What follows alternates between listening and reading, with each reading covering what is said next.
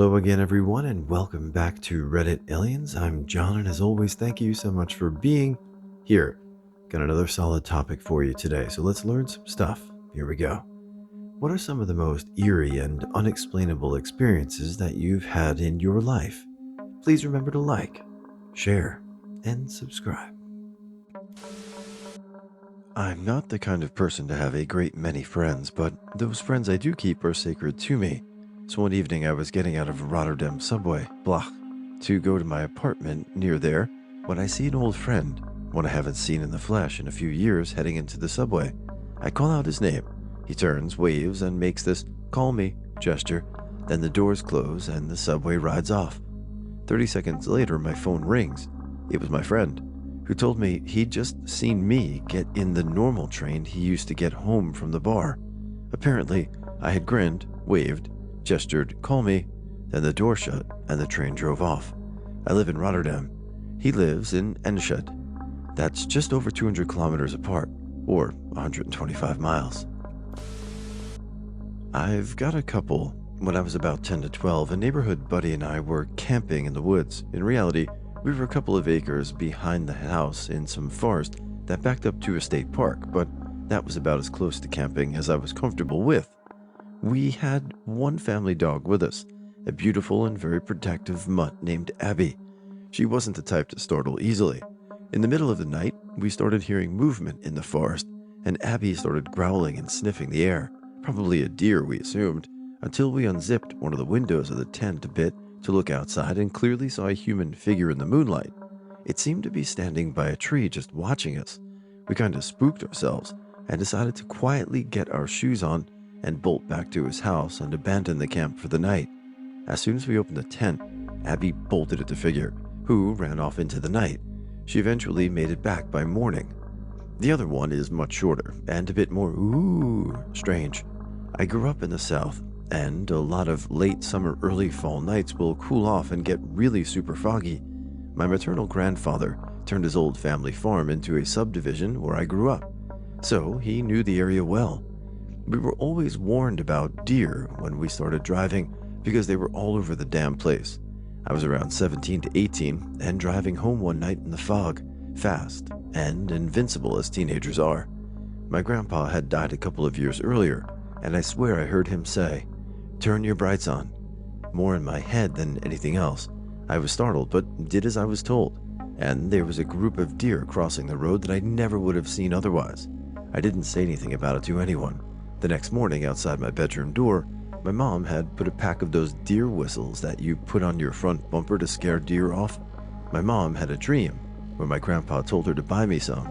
That one still comes up in conversation 15 years later. Still to this day, I have no idea what went down here. About a year ago now, I was sitting at home watching a movie and noticed out of the backyard patio a man standing there looking straight up in the air, as high as his head would go, almost looking backwards, scared the living shit out of me. Person was as still as a board. He was dressed in very nice clothes though, a royal blue suit with brown shoes, which didn't really fit the scene. I grabbed my cell phone and watched him for a minute to see what he was doing before I'd call the police. Out of nowhere, he shook his head, almost out of a trance, and looked around to see where he was. He took his cell phone out and started making a call. At that point, I opened the sliding door, with the screen still being shut, and asked if he was okay. He sounded very frantic and said he doesn't know how he got there. I told him where he was, and apparently he lived a few streets over. He walked out the side gate after apologizing profusely. I've seen him a few times in passing, and he seemed extremely normal. Drives a Porsche Cayenne. No idea what the F that was about. That is some X-Files level weirdness, so pretty creepy as an image just to imagine something like that. And odd. Do you still see this person in the neighborhood? I remember one thing that genuinely freaked me out when I was 12. I had awoken and gone to the kitchen to fix myself some breakfast. When I got there, I heard my dad snoring coming from the couch in the living room. I thought it was strange for him to be sleeping since it was the 10th and he typically woke up early. But maybe he's taking a nap. As I'm walking toward there, the snoring keeps on getting louder and louder to the point it sounds exaggerated. Just as I pop my head over the couch to say hi, the sound just stops. Nobody's on the couch. I call out to my family and nobody answers. They had gone out to get lunch. I still can't explain it to this day. I was napping shortly after my son was born, and I dreamt that my husband came in and told me my dad had passed away. I woke up suddenly and just had a bad feeling from it. I tried to shake it off and just laid there for a moment. A few minutes later, my husband did come in the room and told me my father had a heart attack and died at work. Worst feeling in the world. I wouldn't wish it on my worst enemy. I used to work in a crisis shelter when I was in my early 20s. We had a small walk-in room with a solid lock on it to store anything that could be misused by the residents, such as medications, cleaning chemicals, kitchen knives, etc. One night, the residents had settled in to watch television while I completed some paperwork, and the door to the medication storage room swung open by itself. I thought perhaps it had not caught properly last time I closed it, so I just pulled it shut and thought nothing more of it for the next few minutes. Then it swung open again. I pulled the door shut, and this time jiggled the handle several times to make sure it had caught, and got some of the residents to also test it. It was definitely locked solid. A few minutes later, it swung open again. Wanted to nope out of there, but was stuck on a 12-hour sleepover shift, and that it never happened again, but the residents spun a huge story about the ghost of someone who OD'd in the medication room, which became part of the shelter folklore. Okay, let me preface this by saying I categorically do not believe in the supernatural of any kind. I'm not religious and consider myself agnostic, leaning atheist. I have no clue why this is happening. I've owned the same house for over 23 years. It began almost immediately. My spoons have been disappearing at an alarming rate. At first, I put it off to the kids, but it didn't stop even after they had moved out. I lived alone for many years, and they would still vanish. I checked garbage. I've searched corners and every place where they could conceivably be and not be. I once bought 120 metal teaspoons, and they were all gone within a year and a half. More than 10 per month. Oddly, the plastic spoons still disappear, but much more slowly. I will count and keep track of them, and that slows it down, but they somehow keep vanishing. My granddaughters now live with me, but it doesn't seem to be a factor. It's worse in the fall for some reason. I estimate I've lost more than 1,000 spoons somewhere in this house, and I can't find them. No, I'm not senile or crazy. Others have noticed the spoon thing here. I can't explain it and have stopped trying. I don't care if anyone believes this shit or not, but you asked, and I was in the mood to type it out. I just counted. I'm down to 7 spoons, 3 teaspoons and 4 tablespoons. 3 teaspoons missing since I last checked, sometime last month. My father's 2 sisters each lost her husband within a year of each other. Their husbands had been friends, so they ended up buying cemetery plots next to each other. So at the second funeral, we're lowering Uncle B into his grave. Suddenly I hear a sizzle. I look up, and instead of a graveyard, I'm in a backyard, and Uncle B is grilling Uncle A, who's been dead a year, says to me, "You want some lamb?" Before I can answer, I blink again, and I'm back in the graveyard. I tell people that's my seeing a ghost story, but I've considered that it was maybe just a vision of the other side. In my sophomore algebra class, a kid named Brian was drawing with his friends on the whiteboard. We were not friends, and we barely talked. He was drawing a dragon, and I was on the other side of the room, halfway sitting.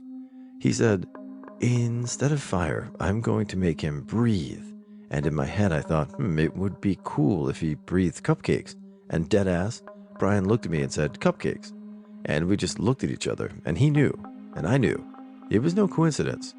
TL, DR. Algebra 2 teacher didn't give an F, and a boy read my mind. So what would we call this? A mutual shared deja vu? Or was the kid actually a mind reader? I've had similar experiences on both ends in my life, and it's pretty fascinating. How about you? Ever have that happen? There's this pedestrian crossing near my place that I always cross, and for some reason, for the past couple of weeks, I'd feel really uneasy whenever I walked across.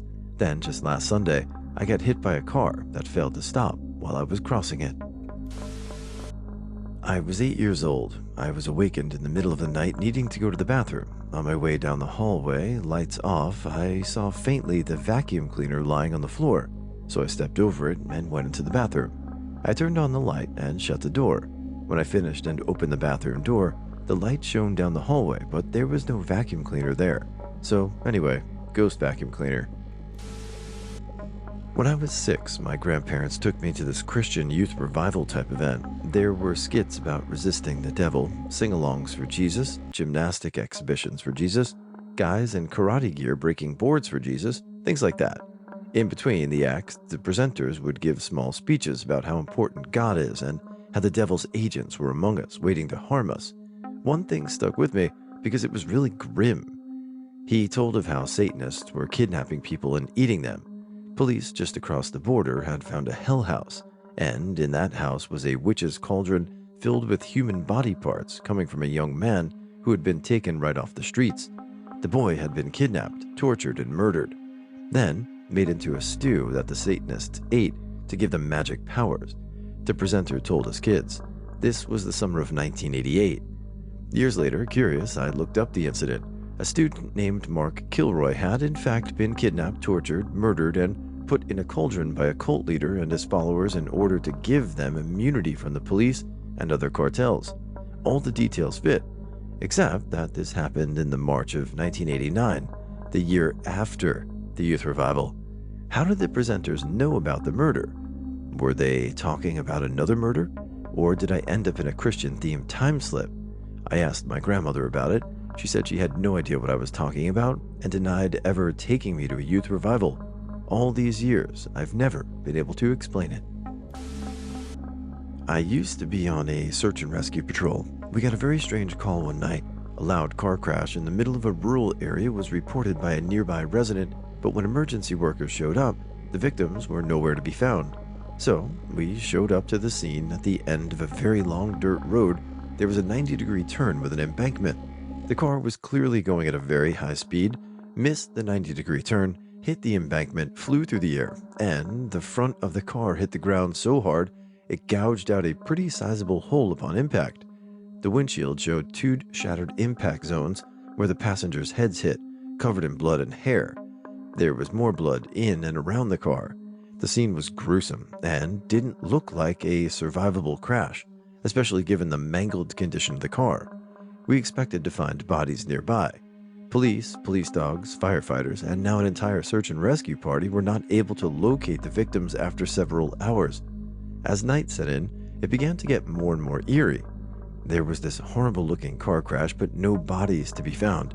Finally, after about 3 hours of searching, there was a 911 call that came in. A report of a bloodied dead body found in the bed of a parked pickup truck in a rural home's driveway a couple miles away. Apparently, a family was coming home from a vacation, and when they pulled into their driveway, they noticed the body and immediately called 911. So, 2 police units dispatched from the search to respond to the call. We all assumed this would be the end of the story. Well, the police showed up to the house, and to everyone's surprise, no body to be found. Somehow, the body had vanished. There was blood, but no sign of anything else.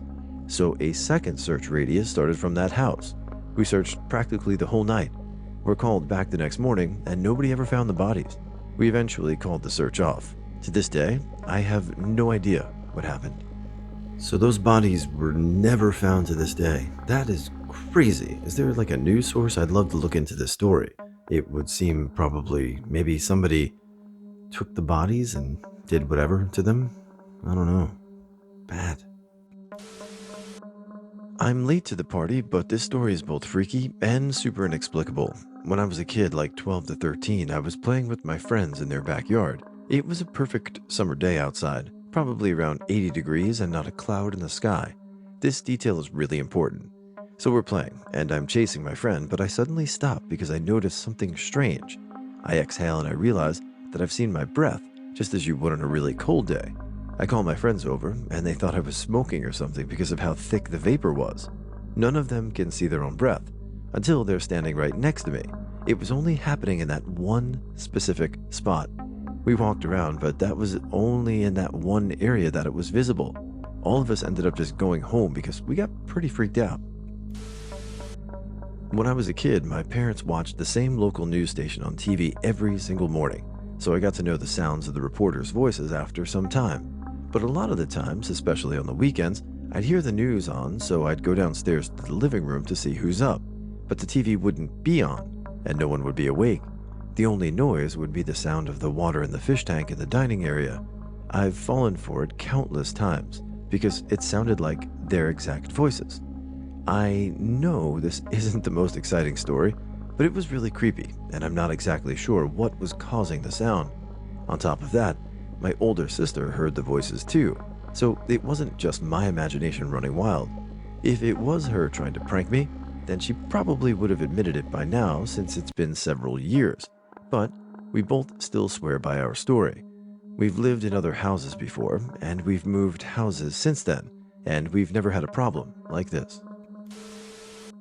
Okay, so me, my 12-year-old brother, and dad visit Pakistan to see some relatives. This was the first ever trip to Pakistan, as I'm from the UK, and so everything came as a shock to me, but the most chilling thing I've experienced was during this trip. We all go to a family member's house, and me and my younger brother decide to go upstairs alone and just explore the house as we had been there for 3 hours and were bored. I think I need to explain that my brother is always joking, never serious for a single second, and this is the only time I've ever seen him show such dread and fear in my life.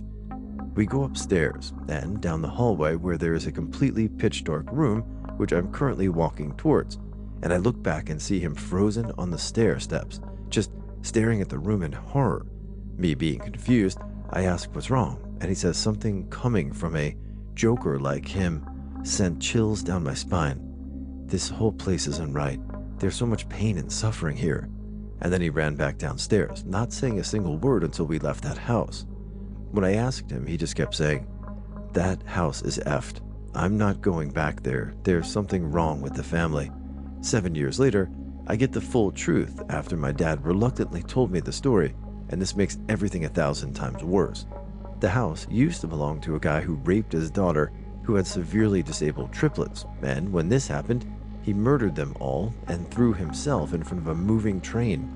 There is no way my brother could have lied, faked, or even knew about this story, considering neither of us can speak the language, and he still says that his whole body told him to stay away from the upstairs and had terrifying thoughts just looking at the room. He's the type of person, if he was lying, to just admit he was lying 2 minutes later just so he can laugh in your face. So the fact that he was so sensed about the history of the reaction is just unexplainable how he knew that.